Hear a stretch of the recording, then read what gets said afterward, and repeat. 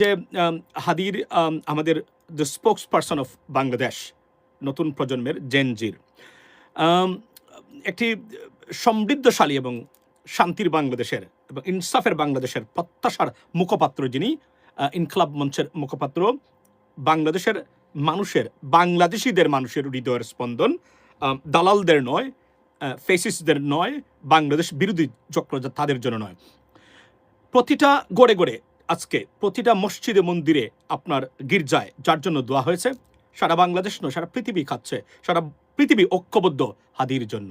সেই ইনকলাব মঞ্চের মুখপাত্র ওসমান হাদির লাশ বাংলাদেশে আজকে এসেছে এবং আপনার এখানে আপনারা দেখতেছেন আমার এই স্ক্রিনে হাসনাত আবদুল্লাহ সহ যারা আছেন, আখতার হোসেন সহ জাতীয় রাজনীতিবিদ যারা আছেন, তথাকথিত জাতীয় সবাই অনেকেই গেছেন এবং সবাই কান্নাকাটি করতেছেন তার আপনার কফিনে ধরে। লেডিস এন্ড জেন্টলম্যান, বাংলাদেশের লাশ আপনার কফিন ফিরেছে বাংলাদেশে, দ্যাটস দ্য বটম লাইন। তার মধ্যে অনেকগুলো ভালো ভালো জিনিস আজকে শেয়ার করতে চাই। ফেসিস্টদের আরও একটি সারা বিশ্ব জুড়ে পরাজয়ের গল্প শোনাবো আজকে আপনাদেরকে, সেটা শোনার জন্য প্রস্তুত থাকুন। মনে রাখবেন যে হাদির হত্যাকাণ্ড, হাদিকে শহীদ করে আপনার প্রথমেই বলে রাখি যে আমরা এই শহীদের আত্মার মাগফিরাত কামনা করি এবং আল্লাহ তাকে বেহেশতের সর্বোচ্চ স্থানে অধিষ্ঠিত করবেন। May Allah place him the highest place in Jannah or জান্নাতুল ফেরদৌস, ladies and gentlemen।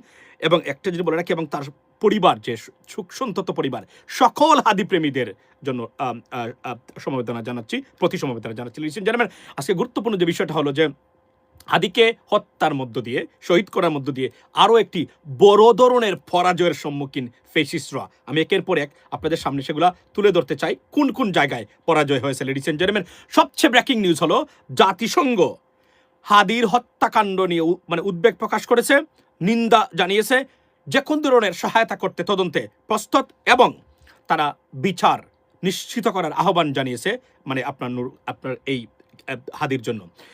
This is the greatest moment of after Hadi's departure, ladies and gentlemen. জাতিসংঘ ইন্টারভিন করেছে, যাকে উগ্র রেডিকাল বলে তারা সারা বিশ্বে প্রচার করার চেষ্টা করেছে। তাদের পরাজয়ের গল্প আরো শোনাবো। This is not the end of the story. This is the beginning of the story. এবং the defeat of the fascists, ladies and gentlemen. For example, আজকে সবচেয়ে বড় শুরু হয়েছে কোন জায়গা থেকে? শুরু হয়েছে my country, United states of America. তাদের আমেরিকান এম্বাসির পেজে তারা হাদিরকে তরুণ প্রজন্মের নেতা বা মুখপাত্র হিসেবে আখ্যায়িত করে সমবেদনা জানিয়েছেন, সুখ প্রকাশ করেছেন। তারপরেই United Kingdom, ladies and gentleman, যে দেশে বসে বাংলাদেশকে অস্থির করার সকল ধরনের ষড়যন্ত্র করা হয়, সেই ইউনাইটেড কিংডম আবারও প্রমাণ করলো তারা বাংলাদেশের মানুষের পক্ষে, তারা ফেসিস্ট এবং অগণতান্ত্রিক রাষ্ট্র ব্যবস্থা বা দুর্বৃত্তদের বা লুটপাটকারী খুনগুমের সম্রাট এবং সম্রাজ্ঞীদের পক্ষে তারা অবস্থান নেয় নাই। সেটা বাংলাদেশকে শুল্কমুক্ত প্রবেশ পণ্যের 2029 সাল পর্যন্ত পণ্যের শুল্কমুক্ত সুবিধা দেওয়ার সাথে সাথে তারা সেটা আনলিমিটেড করে দিয়েছে 85%। এট দ্য সেম টাইম আজকের এই ঘটনা প্রমাণ করলো, যতই হাদিকে নিয়ে প্রপাগান্ডা ভারতীয় মিডিয়া এবং আওয়ামী ফেসিস্টরা করুক না কেন, সারা পৃথিবী খাচ্ছে হাদির জন্য। সারা পৃথিবী মনে করে হাদিই ছিল আগামীর বাংলাদেশ গণতন্ত্র এবং সুশাসনের অন্যতম একটি আপনার কণ্ঠ বা মুখপাত্র। Ladies and gentleman, not only that, right after that united কিংডমের পরেই ইউরোপিয়ান ইউনিয়ন তারও সুখ প্রকাশ করেছে, তারও আপনার নিন্দা প্রস্তাব করেছে এবং তীব্র নিন্দা জানিয়েছে। অর্থাৎ বোঝা গেল যে বাংলাদেশের পক্ষে দাঁড়িয়েছে সারা পৃথিবী, এক্সেপ্ট সেই দুর্বৃত্ত রাষ্ট্র ভারত, যারা বাংলাদেশে, এবং আজকে আরও ভালো খবর আছে ভারত থেকেই আসছে, সেটা কি আমি আপনাদেরকে বলি। অনেকদিন পরে ভারতেও যে সুশীল মানুষ আছেন, যারা জ্ঞানী মানুষ আছেন, সবাই টি বয় নয়, রাইট, বা টি মেকার নয়, সেটা তারা প্রমাণ করেছেন। তার হচ্ছে ভারতীয় আপনার এই যে পার্লামেন্টারি কমিটি যেটা, সেটা আজকে বলেছে ভারতের উচিত হলো, তারা সাজেশন দিয়েছে, দু একটা কথা বলেছে, স্বাভাবিকভাবে ভারত বলবে ঘুরে ফিরে একটা জায়গাতে তারা একমত, সেটা হচ্ছে যে রেডিকালাইজেশন নাকি বাংলাদেশে উৎপত্তি হয়েছে। কিছু মানুষ তো নিশ্চয় উগ্রতা করেন আমাদের দেশে, এটা বিচ্ছিন্ন ঘটনা, কিন্তু বাংলাদেশের জাতিকে যেভাবে তারা বোঝানোর চেষ্টা করেন, পৃথিবীতে সবচেয়ে উগ্র জাতি হচ্ছে এই মুহূর্তে ভারতীয় উগ্র হিন্দু যারা আছেন তারা। আমি বলি আপনাদের পয়েন্টে, পার্লামেন্টারি কমিটি বলেছে আপনার শাহিদ থাপুরের, যিনি আপনার কংগ্রেস এই মেম্বার অফ পার্লামেন্ট, উনার নেতৃত্বে কমিটি, তারা বলেছে ভারতকে সাজেশন দিয়েছে ভারত যেন একটি পার্টিকুলার দলের না হয়ে সারা বাংলাদেশের সব রাজনৈতিক দল এবং মানুষের সাথে সম্পর্ক করে।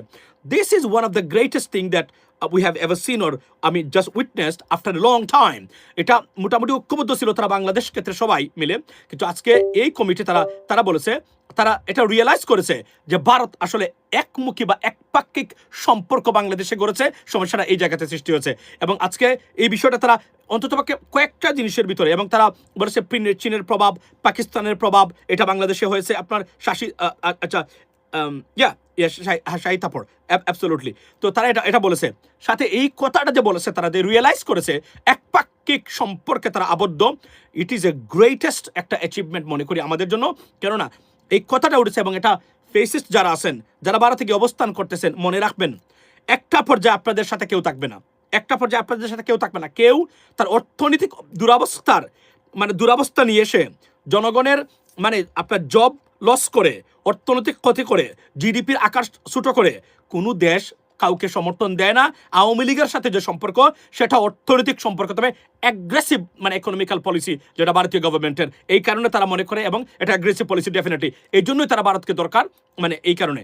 লেডিস এন্ড জেন্টলম্যান, আমরা যদি আজকে যে ঐক্যবদ্ধ বাংলাদেশ হয়েছে এই মুহূর্তে যদি একটা বজায় রাখতে পারি আমরা, তাহলে আগামীর দিনে বাংলাদেশের ভবিষ্যৎ উজ্জ্বল। হাদিকে বারবার বলছিলাম, হাদির মৃত্যু যেন না হয় শেষ, হাদির মৃত্যু যেন নতুন বাংলাদেশের শুরু হয়, এবং আমরা সেটাই দেখতে পাচ্ছি। অন্ততপক্ষে আমি সেটা দেখেছি। খুব ইতর প্রকৃতির মানুষ যারা, এবং বাংলাদেশ বিরোধী দালাল শ্রেণী যারা আছেন সব দলের ভিতরে বলছি, এরা ছাড়া হাদির জন্য কাচ্ছে না এমন হৃদয় এবং এমন ব্যক্তি বা ইন্ডিভিজুয়াল এই মুহূর্তে বাংলাদেশে নেই। লেডিস এন্ড জেন্টলম্যান, শুধুমাত্র দালাল যারা আছেন, দালালরা কাঁদবে না, দালালরা কাঁদে না, দেশদ্রোহীরা কাঁদে না, এরা কখনোই দেশের স্বার্থে কাঁদে না, এরা কাঁদে তাদের ব্যক্তিগত স্বার্থে একমাত্র, তারা কাঁদে, এবং সেটাই প্রমাণিত হয়েছে। Ladies and gentleman, so what is the like in conclusion we can say the entire world is united against the killers or murderers or fascists, এবং entire world is with আপনার হাদি এবং Bangladesh. This is the greatest moment for Bangladesh. We have never seen anything. দেখেন আপনি এই দেশগুলোতে কি ধরনের অপপ্রচার তারা চালাচ্ছে প্রতিদিন হাদির বিরুদ্ধে, বাংলাদেশের বিরুদ্ধে। তারা বলছে এ তরুণ প্রজন্মের নেতা, হি ইজ এ লিডার, তাকে তারা রেকগনাইজ করেছে। This is a greatest achievement for Bangladesh, এবং হাদির লেগাসির জন্য এর চেয়ে বড় স্বীকৃতি আর হতেই পারে না, বা রিকগনিশন হতেই পারে না। লেডিস এন্ড জেন্টলম্যান, আমি মনে we talk about Nijum Majumdar. দেখুন,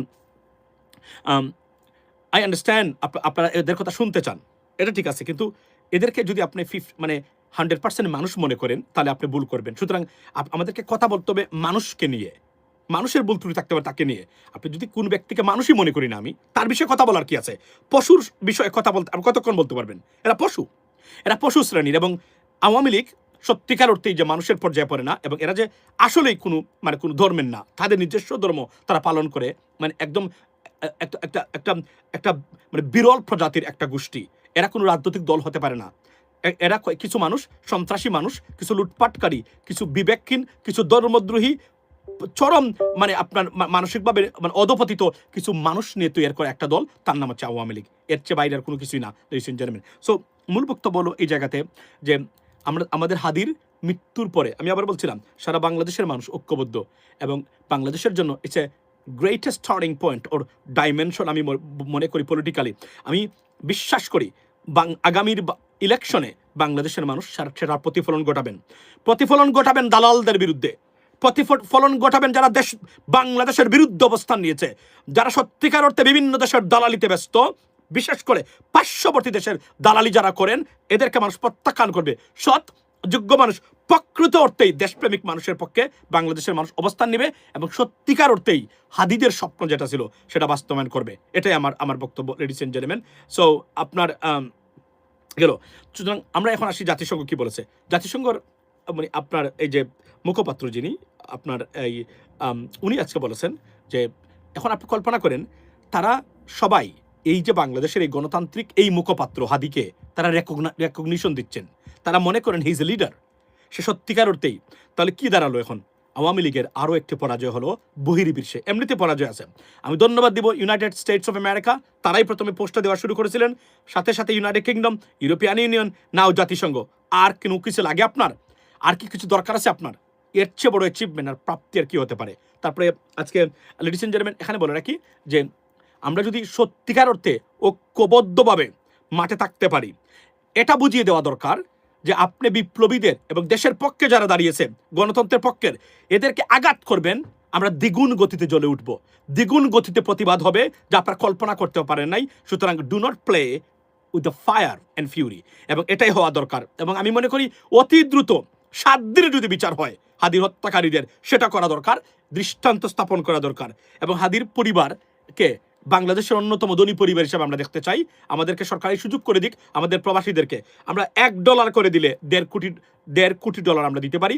এখান থেকে যদি আমি ফেসিস্টদের সহযোগী বা অমানুষকে বাদ দেই, অ্যাটলিস্ট কমসে কম 1,20,00,000 প্রবাসী আমরা যদি $1 করে দেই, 1,20,00,000 আপনার ডলার হাদি কেন দেই?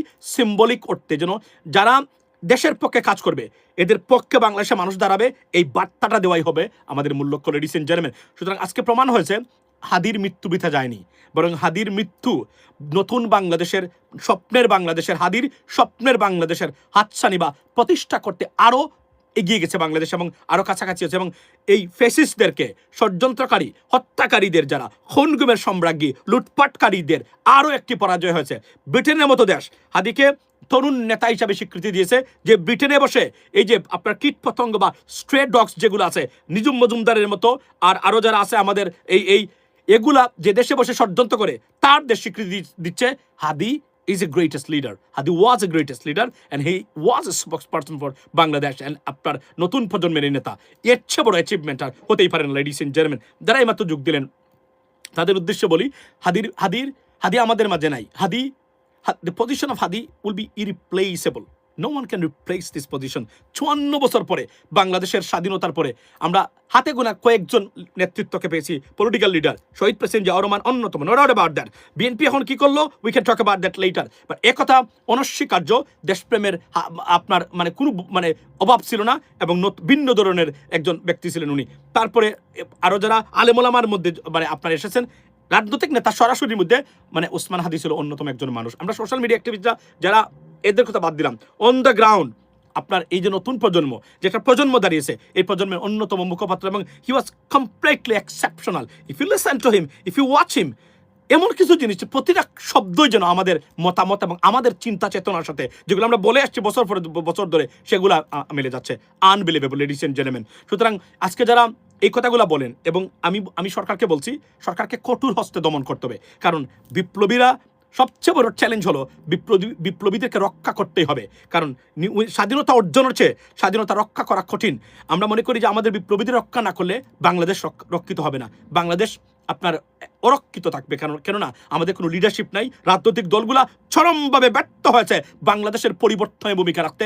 রাজনৈতিক দলগুলোর ভিতরে 90% প্রচন্ড ধরনের ইতর অপদার্থ অযোগ্যদের দিয়ে রাজনৈতিক দল পরিচালনা হচ্ছে বর্তমানে।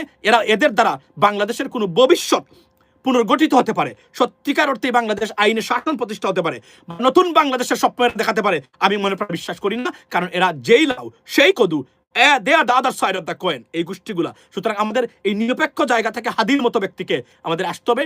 এরাই পারবে আগামীর বাংলাদেশকে। এবং আমি বাংলাদেশের যারা এই মুহূর্তে দেখতেছেন, আমি আবারও বলি, আপনার সন্তানের দোহাই দিয়ে বলছি, হাদির লেগাসি যেন মরে না যায়, বাঁচিয়ে রাখবেন। আপনার জন্য নয়, আপনার সন্তানের জন্য।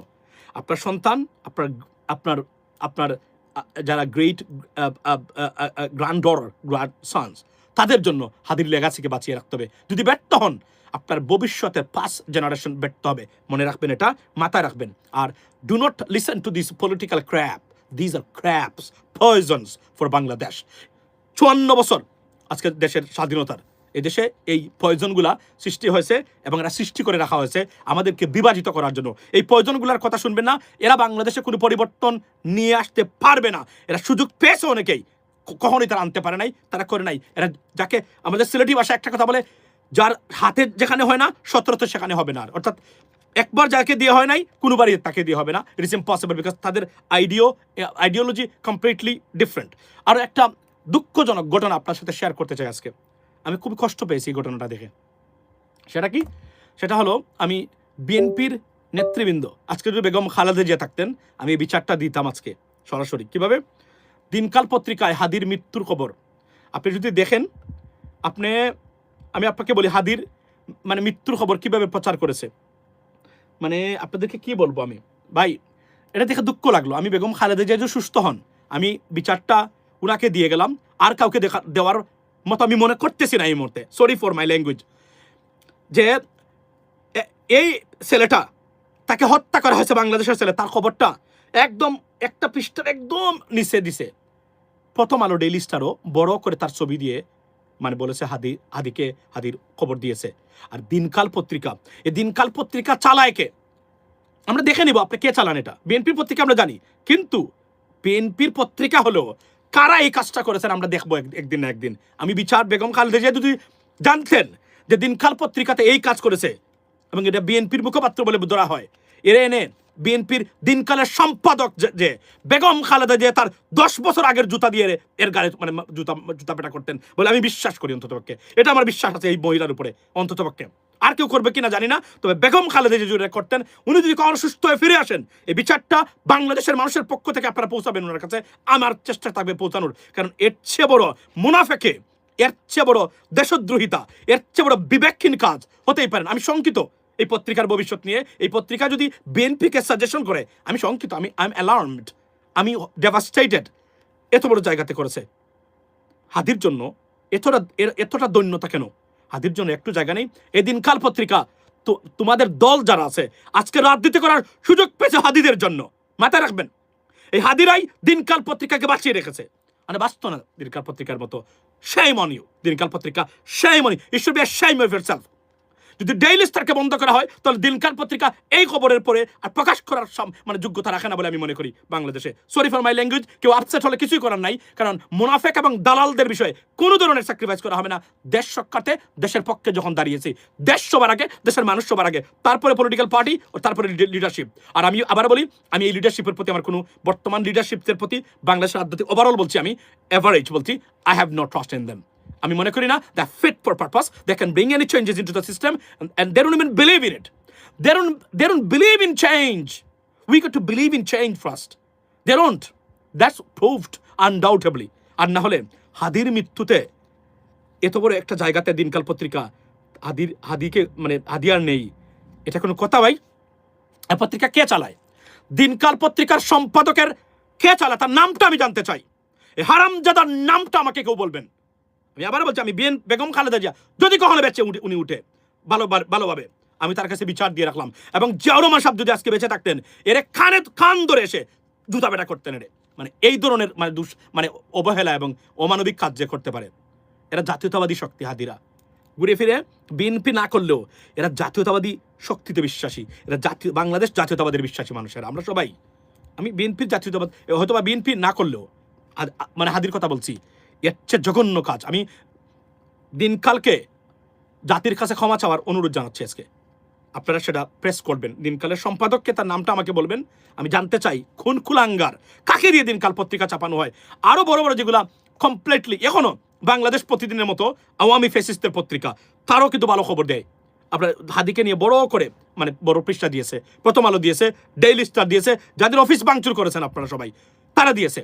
যদিও এটা আমি সমর্থন কখনোই করি না, এটা আনএক্সেপ্টেবল, এটা আমাদের জন্য খারাপ রেজাল্ট বয়ে আনবে, কখনোই কাজ করা যাবে না, এগুলা করা যাবে না, মনে রাখবেন এগুলা ফেসিস্টদের কাজ।